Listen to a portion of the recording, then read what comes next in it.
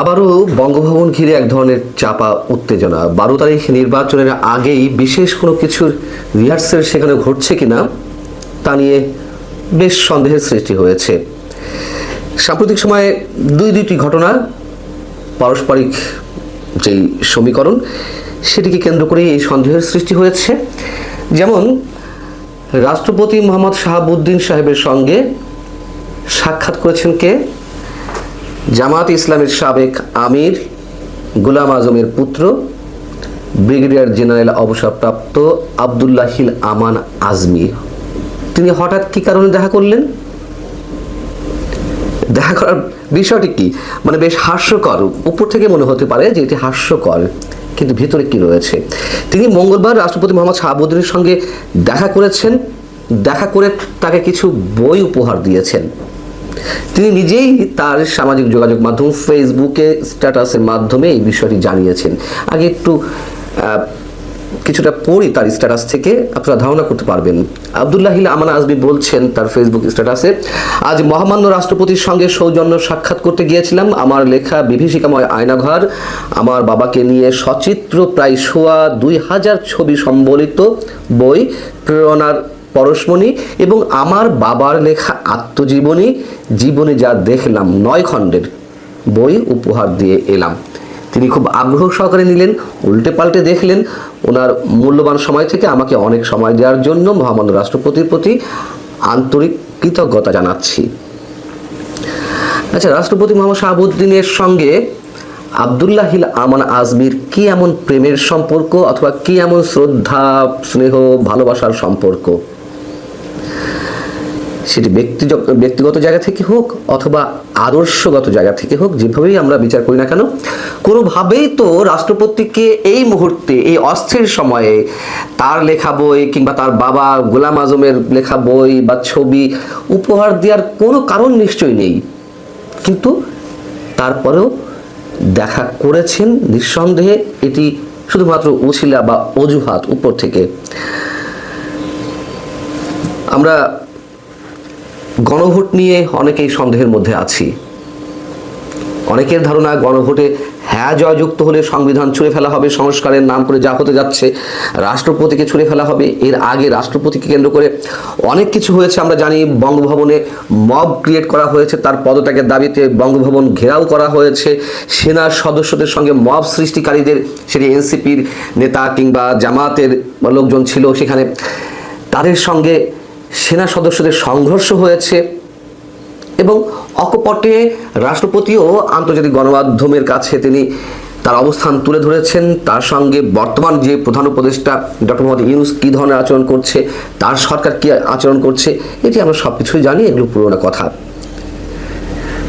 সেই অবস্থার মধ্য দিয়ে সেই রাষ্ট্রপতিকে বই উপহার দিতে যাবেন আবদুল্লাহিল আমান আজমি সাহেব, এত সহজ মনে করার কোনো কারণ নেই। এবং এই আবদুল্লাহিল আমান আজমিকে তো পাকিস্তানের বিভিন্ন পর্যায় থেকে দাবি করা হচ্ছে যে তাকে যেন বাংলাদেশের প্রতিরক্ষা মন্ত্রীর দায়িত্ব দেওয়া হয় বা প্রতিরক্ষা উপদেষ্টা দায়িত্ব দেওয়া হয়, তাকে যেন তা না পারলে অন্তত সেনা প্রধানের দায়িত্ব দেওয়া হয়। এবং নানান ধরনের খবরাখবর আমাদের কাছে আসছে, এবং তা নিয়ে এর আগে আমি কথা বলেছি। সেই জায়গা থেকে আবদুল্লাহিল আমান আজমি প্রকাশ্যে দাঁত ভাঙার জবাব দেওয়ার কথা বলেছেন আমাকে, সে কথা আপনারা জানেন। যাই হোক, নতুন করে বঙ্গভবনকে টার্গেট করা হয়েছে তার আরও একটি প্রমাণ হচ্ছে জামায়াতের আমির ডাক্তার শফিকুর রহমানের এক্স অ্যাকাউন্ট থেকে দেওয়া তার একটি পোস্টকে কেন্দ্র করে সারা বাংলাদেশে যে তোলপাড় শুরু হয়েছে আমরা সবাই জানি। তিনি তার ওই স্ট্যাটাসে কর্মজীবী নারীদেরকে পতিতাদের সঙ্গে তুলনা করলেন এবং এর বাইরে নারী স্বাধীনতা বা নারীদের কাজকর্ম নিয়ে অনেক ধরনের মন্তব্য করেছেন আল জাজিরার কাছে। সেখানে যা বলেছেন তার সাথে শুধু এই স্ট্যাটাসে পার্থক্য যে পতিতা শব্দটা এখানে ব্যবহার করেছেন, আল জাজিরার কাছে দেওয়া সাক্ষাৎকারে সেই শব্দটি ইউজ করেননি। কিন্তু যখন এটি নিয়ে সারা বাংলাদেশে তুমুল হইচই, সেটি নিয়ে তখন তারা মানে ডাক্তার শফিকের জামাতে ইসলামী দাবি করলো যে তার আইডি হ্যাক করা হয়েছে অথবা ডাক্তার শফিকের ডিভাইস হ্যাক করা হয়েছে। এবং কোত্থেকে করা হয়েছে তারা দাবি করলো যে বঙ্গভবনের কোনো এক ইমেইল থেকে বা বঙ্গভবনের বিশেষ কোনো ব্যক্তির মাধ্যমে তার ডিভাইস নিয়ন্ত্রণে নেওয়া হয়েছে। এবং এই দাবির পরপরই আমরা দেখলাম ওই মঙ্গলবারে, যে মঙ্গলবার আব্দুল্লাহিল আমার আজমি দেখা করতে গিয়েছিলেন, সাক্ষাৎ করতে গিয়েছিলেন, বই উপহার দিতে গিয়েছিলেন রাষ্ট্রপতিকে, ওই দিন সকালেই জামাতের একটি বিশেষ প্রতিনিধি দল বঙ্গভবনে গিয়ে 24 ঘন্টার আলটিমেটাম দিয়ে এলো যে এই সময়ের মধ্যে যে অভিযোগ তারা জানাচ্ছে সে বিষয়ে তদন্ত রিপোর্ট জমা দিতে হবে। যদিও তারা রাষ্ট্রপতি মোহাম্মদ শাহাবুদ্দিনের সঙ্গে দেখা করতে পারেননি, তার সামরিক সচিবের সঙ্গে কথা বলেছেন। জামাত এনসিপি নেতারা যা চায় সেটি মব ক্রিয়েট করার মাধ্যমে হোক আর যে মাধ্যমেই হোক, ইউনূস সরকার সেটি সাথে সাথে এক্সিকিউট করে, তার তো অসংখ্য উদাহরণ রয়েছে আমাদের সামনে। এবং এটির ক্ষেত্রেও আমরা দেখলাম যে তারা দাবি জানালো আর সাথে সাথে কিছুক্ষণ পরেই রাজধানীর হাতিরঝিল থানাতে বঙ্গভবনের সহকারী প্রোগ্রাম অফিসার সারওয়ার আলমের বিরুদ্ধে প্রথমে জিডি হলো, তারপর একটি মামলা হয়ে গেল। পরবর্তীতে কি হলো, তাকে আটক করা হলো, গ্রেপ্তার করা হলো। ডিবি প্রধান সংবাদ সম্মেলন করলেন তাকে আটকের ঘটনা নিয়ে, এবং সেখানে প্রশ্ন করা হলো সারওয়ার আলমের বিরুদ্ধে কি কোনো প্রমাণ পাওয়া গেছে, যে অভিযোগ জানানো হচ্ছে। তিনি বলছেন যে প্রমাণ এখনো পাওয়া যায়নি, আমরা ইনভেস্টিগেট করছি, আমরা দেখি কি করা যায়। তাহলে প্রমাণ ছাড়া কেন তাকে আটক করা হলো? মামলা হলেই কি যে কাউকে আটক করা যায় সাথে সাথে? তিনি উত্তর দিতে পারলেন না, তিনি অ্যাভয়েড করছিলেন। সাংবাদিকরা যখন আবারও বললেন যে তার বিরুদ্ধে প্রমাণ ছাড়া কেন আটক করা হলো, তিনি বললেন যে এটি হাতিরঝিল থানা বলতে পারবে। তার মানে বোঝা গেছে তো। এরপর আবার কি হলো, আমিরের জামাত ডাক্তার শফিকুর রহমান তিনি তার ফেসবুকে একটি পোস্ট দিলেন। তিনি কি লিখলেন পোস্টে? আলহামদুলিল্লাহ, আমার ভেরিফাইড এক্স আইডি যেখান থেকে হ্যাক হয়েছিল সেই সংশ্লিষ্ট ব্যক্তিটি আইন শৃঙ্খলা রক্ষাকারী বাহিনীর হাতে আটক হয়েছে। আমি আশা করি এখন ন্যায় বিচারটাও পাবো, এবং তা খুবই প্রয়োজন। দেশে সাইবার অপরাধ নিয়ন্ত্রণ ও আসন্ন নির্বাচনকে সুষ্ঠু করার পক্ষে এ ধরনের আইনি উদ্যোগের কোনো বিকল্প নেই।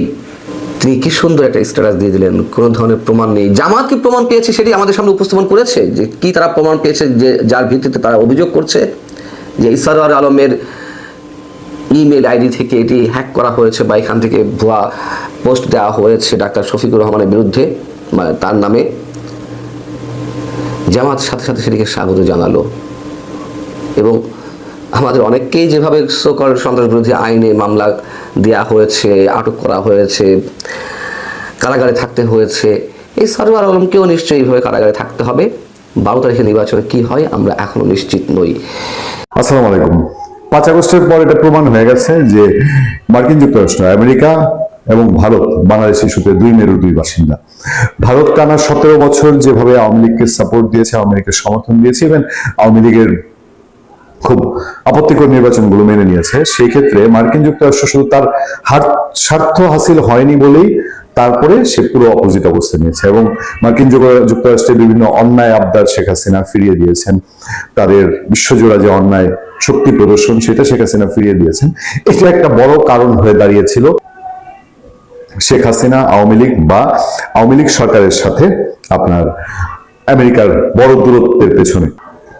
এবং এই দূরত্ব সহজে ঘোচার ছিল না, এটা বুঝে আমেরিকা তারপরে যেটা করেছে সেটা তো সবার কাছেই একেবারে চাক্ষুষ প্রমাণিত যে আমেরিকা বিপুল পরিমাণ অর্থ ব্যয় করে বাংলাদেশে একটি নতুন রিজিয়নের পেছনে গুরুত্বপূর্ণ ভূমিকা পালন করেছে, এবং আমেরিকা এই ভূমিকা পালন না করলে হয়তো শেখ হাসিনাকে বাংলাদেশের রাজনৈতিক দলগুলোর পক্ষে বিতরণ করা সম্ভব ছিল না। এবং তার যেহেতু অন্যতম শক্তি ছিল ভারত, শেখ হাসিনা চলে যাওয়ার পর আওয়ামী লীগ যখন বোঝা শুরু করলো যে না, মার্কিন যুক্তরাষ্ট্রের সাথে এই দা কোমরা সম্পর্ক চালিয়ে তাদের জন্য খুব একটা উপকার হবে না, তখন তারা যখন বিভিন্ন লবিস্ট নিয়োগ শুরু করলো বা যোগাযোগ শুরু করলো, মার্কিন যুক্তরাষ্ট্রের বিভিন্ন কাঠখড়, বিভিন্ন মধ্যস্থতা, ভারতের সঙ্গে বিভিন্ন মধ্যস্থতা, এগুলো কাটিয়ে একটা অন্তত যোগাযোগ বা তাদের কথাগুলো আমেরিকা যেন শোনে, সেই ধরনের কিছু সিচুয়েশন তৈরি হয়েছে বলে আমরা বিভিন্ন মাধ্যমে শুনতে পাই। কিন্তু শুনতে পেলেও শেখ হাসিনা ইস্যুতে, শেখ হাসিনা সেই ইস্যুতে আমেরিকা এখনো তার অবস্থান কতটা পরিবর্তন করেছে এই নিয়ে কিন্তু এখনো পরিষ্কার ধারণা পাওয়া যায় না। এমন শোনা যায় মাঝে মধ্যেই যে আমেরিকা বাংলাদেশে যে বিপুল জনগোষ্ঠীর একটা সমর্থন আছে আওয়ামী লীগের প্রতি, ফলে আওয়ামী লীগকে একেবারে ছুঁড়ে ফেলে দিতে পারে না, আওয়ামী লীগের সঙ্গে তার সম্পর্ক রাখতে চায় বা রাখার মতন একটা ইচ্ছা আগ্রহ তৈরি হয়েছে, বাট তারা শেখ হাসিনা ইস্যুতে এখনো নমনীয় হতে পারছে না। আর একে কেন্দ্র করে যেহেতু ভারত শেখ হাসিনাকে এখনো তাদের রাজকীয় অতিথির মতো রেখেছে, অনেকটা প্রধানমন্ত্রীর সম্মানে, প্রধানমন্ত্রীর ট্রিট দিয়ে তাকে সমস্ত সুযোগ সুবিধা নিরাপত্তা দিয়ে রেখেছে, ফলে ভারত এবং আমেরিকার মধ্যে বোঝাপড়ায় একটা সমস্যা আছে। মাঝে নানান রকম কথাবার্তা হয়, নানান আলোচনা হয়। ভারত আমেরিকা হয়তো বাংলাদেশ ইস্যুতে একই দৃষ্টিভঙ্গি রাখছে। আগে যেটা আমেরিকা ভারতের চোখ দিয়ে বাংলাদেশকে দেখতো, 5 আগস্টের আগে এই কথা চেঞ্জ হয়ে গিয়েছিল যে আমেরিকা নিজের চোখে বাংলাদেশকে দেখবে, ভারতের চোখে না। পরবর্তীতে আবার এরকম টুকটাক শোনা যাচ্ছিল যে না, ভারতের চোখ দিয়ে আমেরিকা দেখতে চায়। ভারতের নরেন্দ্র মোদীর বন্ধু ডোনাল্ড ট্রাম্প ক্ষমতায় আসার পর কিছু দৃষ্টিভঙ্গির পরিবর্তন হয়েছে। বাট ঘটনা যে এখনো জটিল পর্যায়ে রয়েছে তার কিছু তথ্য আমাদের সামনে, যেটাতে বলা হচ্ছে যে বিএনপি বনাম জামাত প্রশ্নে মুখোমুখি ওয়াশিংটন ও নয়াদিল্লি। বাংলাদেশে দ্রুত পরিবর্তনশীল রাজনৈতিক পরিস্থিতি নিয়ে নীরবে কূটনৈতিক যোগাযোগ বাড়িয়েছে ভারত ও যুক্তরাষ্ট্র, যা আগামী 12 ফেব্রুয়ারি নির্বাচনের আগে তাদের অবস্থান সম্ভাব্য পুনর্মূল্যায়নের ইঙ্গিত দিচ্ছে। ওয়াশিংটনে উচ্চ পর্যায়ে আলোচনার পর চলতি সপ্তাহে ঢাকায় কড়া নজরদারিতে রাখা কয়েকটি বৈঠক অনুষ্ঠিত হয়েছে, যা দুই দেশের রাজধানীর কাছেই বাংলাদেশের ক্রমবর্ধমান কৌশলগত গুরুত্ব তুলে ধরেছে। মঙ্গলবার ওয়াশিংটনে যুক্তরাষ্ট্রের পররাষ্ট্রমন্ত্রী মার্কো রুবিও ও ভারতের পররাষ্ট্রমন্ত্রী এস জয়শঙ্কর আঞ্চলিক নানা ইস্যু নিয়ে আলোচনা করেন, যার মধ্যে বাংলাদেশ ও প্রতিবেশী মিয়ানমারের সাম্প্রতিক পরিস্থিতিও ছিল। এর পরদিন বুধবার ঢাকায় আরেকটি কূটনৈতিক বৈঠক অনুষ্ঠিত হয়, যেখানে যুক্তরাষ্ট্রের রাষ্ট্রদূত ব্রেন্ট ক্রিস্টেনসন ও ভারতের হাই কমিশনার প্রণয় ভার্মা বাড়িধারায় অবস্থিত ভারতীয় হাই কমিশনে সাক্ষাৎ করেন। ওই বৈঠকগুলোর সময় ও ধারাবাহিকতা কূটনৈতিক মহলের মনোযোগ বিশেষভাবে আকর্ষণ করেছে। মার্কিন ও ভারতীয় দূতদের ওই বৈঠকের মাত্র কয়েক ঘন্টা আগে রাষ্ট্রদূত ক্রিস্টেনসন গুলশানে তার বাসভবনে বিএনপি ভারপ্রাপ্ত চেয়ারম্যান তারেক রহমানের স্ত্রী জুবাইদুর রহমান এবং তাদের কন্যা জাইমা রহমানের সঙ্গে আলাদাভাবে সাক্ষাৎ করেন। পর্যবেক্ষকদের মতে বর্তমান রাজনৈতিক প্রেক্ষাপটে পরপর এসব বৈঠক বাড়তি কূটনৈতিক তাৎপর্য বহন করে। আলোচনার সঙ্গে সম্পর্কিত সূত্রগুলো বলছে, সাম্প্রতিক এসব যোগাযোগের ক্ষেত্রে গুরুত্বপূর্ণ বিষয় হলো বাংলাদেশের ভিন্ন ভিন্ন রাজনৈতিক ফলাফলের সম্ভাবনা নিয়ে ওয়াশিংটন ও দিল্লি ভাবছে বলে একটি ধারণা তৈরি হচ্ছে।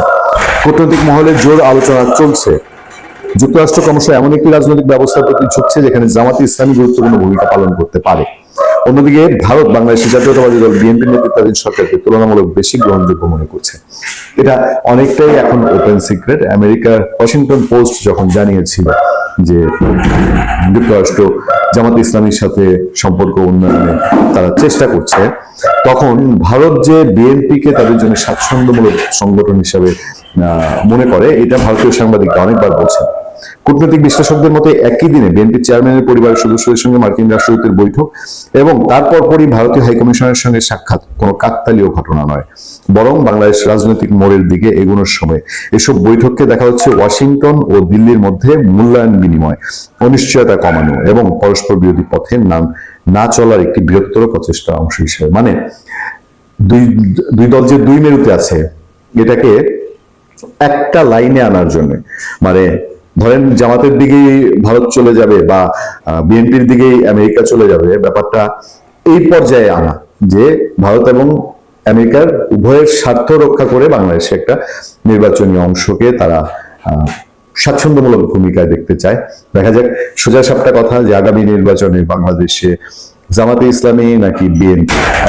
ইতিহাসের সবচেয়ে বড় ইলেকশন ইঞ্জিনিয়ারিং এর পথে কি দেশ, যে নির্বাচনের মাত্র 1 সপ্তাহ বাকি আছে।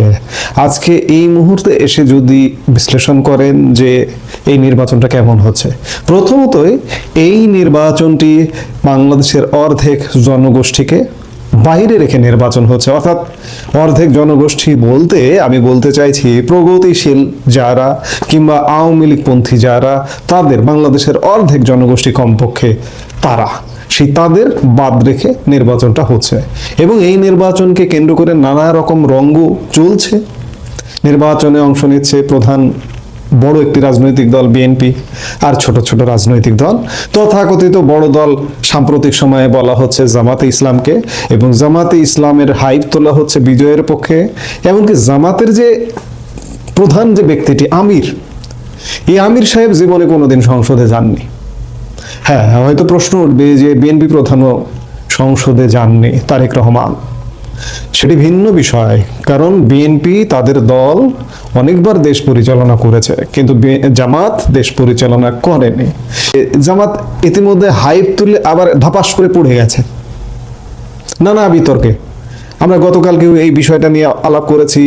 নারী, মুক্তিযুদ্ধ ঘোষণা এবং ঔদ্ধত্যপূর্ণ আচরণ, বিভিন্ন কারণে জামাত ইতিমধ্যে বিতর্কিত হয়ে পড়েছে। কিন্তু নেপথ্য থেকে ইলেকশন ইঞ্জিনিয়ারিং এর গন্ধ পাওয়া যাচ্ছে। জাল ভোট, পোস্টাল ব্যালট বা ভোটার সিল জাল করবার নানা রকম ঘটনা ইতিমধ্যে সংবাদ মাধ্যমে এসছে, প্রকাশ্যে এসছে। কিছু সংবাদ মাধ্যমে আসছে, কিছু আসছে না। নেপথ্য থেকে আরো কোনো বড় ঘটনা আছে, আমরা সেগুলোই একটু বুঝবার চেষ্টা করতে চাইছি। জাতীয় সংসদ নির্বাচন ও গণভোট বাকি আছে মাত্র 1 সপ্তাহ। আমি শুরুতেই বললাম, ঠিক এই মুহূর্তে সারা দেশে উৎসবের বদলে ছড়িয়ে পড়েছে চরম আতঙ্ক আর উদ্বেগ। লক্ষ্মীপুরের একটি ছাপা কারখানা থেকে 6টি অবৈধ নির্বাচনী সিল উদ্ধারের পর থেকে জনমনে প্রশ্ন, তবে কি পর্দার আড়ালে চলছে কোনো বিশেষ ইলেকশন ইঞ্জিনিয়ারিং পরিকল্পনা? শুধু জাল সিল নয়, এবার যোগ হয়েছে পোস্টাল ভোট জালিয়াতের নতুন শঙ্কা। গত মঙ্গলবার লক্ষ্মীপুর শহরে পুলিশি অভিযানে সিল সহ সোহেল রানা নামে এক ব্যবসায়ী গ্রেপ্তার হয়েছেন। অভিযোগ উঠেছে, স্থানীয় এক জামাত নেতার নির্দেশে এই সিলগুলো বানানো হচ্ছিল, যদিও জামাত ইসলামী এই দাবি অস্বীকার করেছে। ধানের শীষের প্রার্থী শহীদউদ্দিন চৌধুরী এনি প্রশ্ন তুলেছেন, এভাবে কি তবে হাজার হাজার সিল আর ভুয়া ব্যালট পেপার ছাপানোর নীল নকশা চলছে? শহীদউদ্দিন চৌধুরী যে প্রশ্নটা করেছেন এটি অমূলক নয়, এটি লক্ষ্মীপুরে ধরা পড়েছে, কিন্তু সারা বাংলাদেশে তো ধরা পড়েনি। সারা বাংলাদেশে কি জামাতের কেন্দ্রীয় নির্দেশে এমনটা হচ্ছে? আপনারা কয়েক মাস আগে খেয়াল করেছেন, বাংলাদেশের সব ছাত্র সংসদগুলো দখল করে নিয়েছে জামাতের ছাত্র সংগঠন, ছাত্র শিবির। আপনি কি মনে করেন এগুলো কি ফেয়ার ভোটে এগুলো হয়েছে? জামাতি কৌশল প্রথমত ছিল যে সব বিশ্ববিদ্যালয়ের প্রশাসনগুলো দখল, ভিসি প্রক্টর থেকে গুরুত্বপূর্ণ পদগুলোতে তাদের লোকজনকে নিয়োগ দেওয়া, এবং নিয়োগ দেওয়ার পরে নিয়োগ দেওয়াটা যখন সফল হয়ে গেল তখন তারা ভাবলেন যে ছাত্র সংসদগুলো দখলে নিতে হবে। এবং এই ছাত্র সংসদ নির্বাচনের প্রধান আগ্রহী ছিল কিন্তু জামাত শিবির। ছাত্র সংসদ নির্বাচন হলো এবং আশ্চর্যের বিষয়, সারা বাংলাদেশকে একদম বিস্মিত করে সব ছাত্র সংসদ শিবিরের দখলে। হঠাৎ করে রাতারাতি পুরো বাংলাদেশ শিবির হয়ে গেল, জামাত হয়ে গেল। আপনি কি এগুলো মানেন? এগুলো যে হয়নি তার প্রমাণ এক্সক্লুসিভ নিউজও হয়েছে। ঢাকা বিশ্ববিদ্যালয়ের ছাত্র সংসদ নির্বাচনের ব্যালট নীলক্ষেতে ছাপানো হয়েছে এবং সিলমারা ব্যালট নীলক্ষেতে পাওয়া গেছে, এগুলো সংবাদ মাধ্যমে প্রকাশও হয়েছে। অর্থাৎ নীলক্ষেতের সিলমারা ভিপি, জিএস বা ছাত্র সংসদ ঢাকা বিশ্ববিদ্যালয় কিংবা রাজশাহী বিশ্ববিদ্যালয়ে, সেখানকার প্রেসে সিলমারা সংসদ হচ্ছে রাজশাহী বিশ্ববিদ্যালয়, চট্টগ্রাম বিশ্ববিদ্যালয় কিংবা জাহাঙ্গীরনগর বিশ্ববিদ্যালয় কিংবা জগন্নাথ বিশ্ববিদ্যালয়।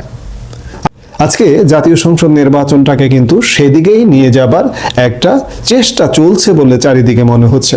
জামাতের যে ভোটের পার্সেন্টেজ, জামাত ভোটে জিতে অন্ততপক্ষে বা সরকার গঠন করার মতো ক্ষমতা জামাতের অন্ততপক্ষে নেই। জামাতের প্রতি আসনে কিছু একটা ভোট আছে, সেটা ম্যাক্সিমাম 5 কিংবা কালের বিবর্তনে এটা বেড়ে 10% হতে পারে, এর বেশি নয়। কিন্তু সেই জামাত আজকে কোন রহস্য বলে ক্ষমতায় যাবার স্বপ্ন দেখছে?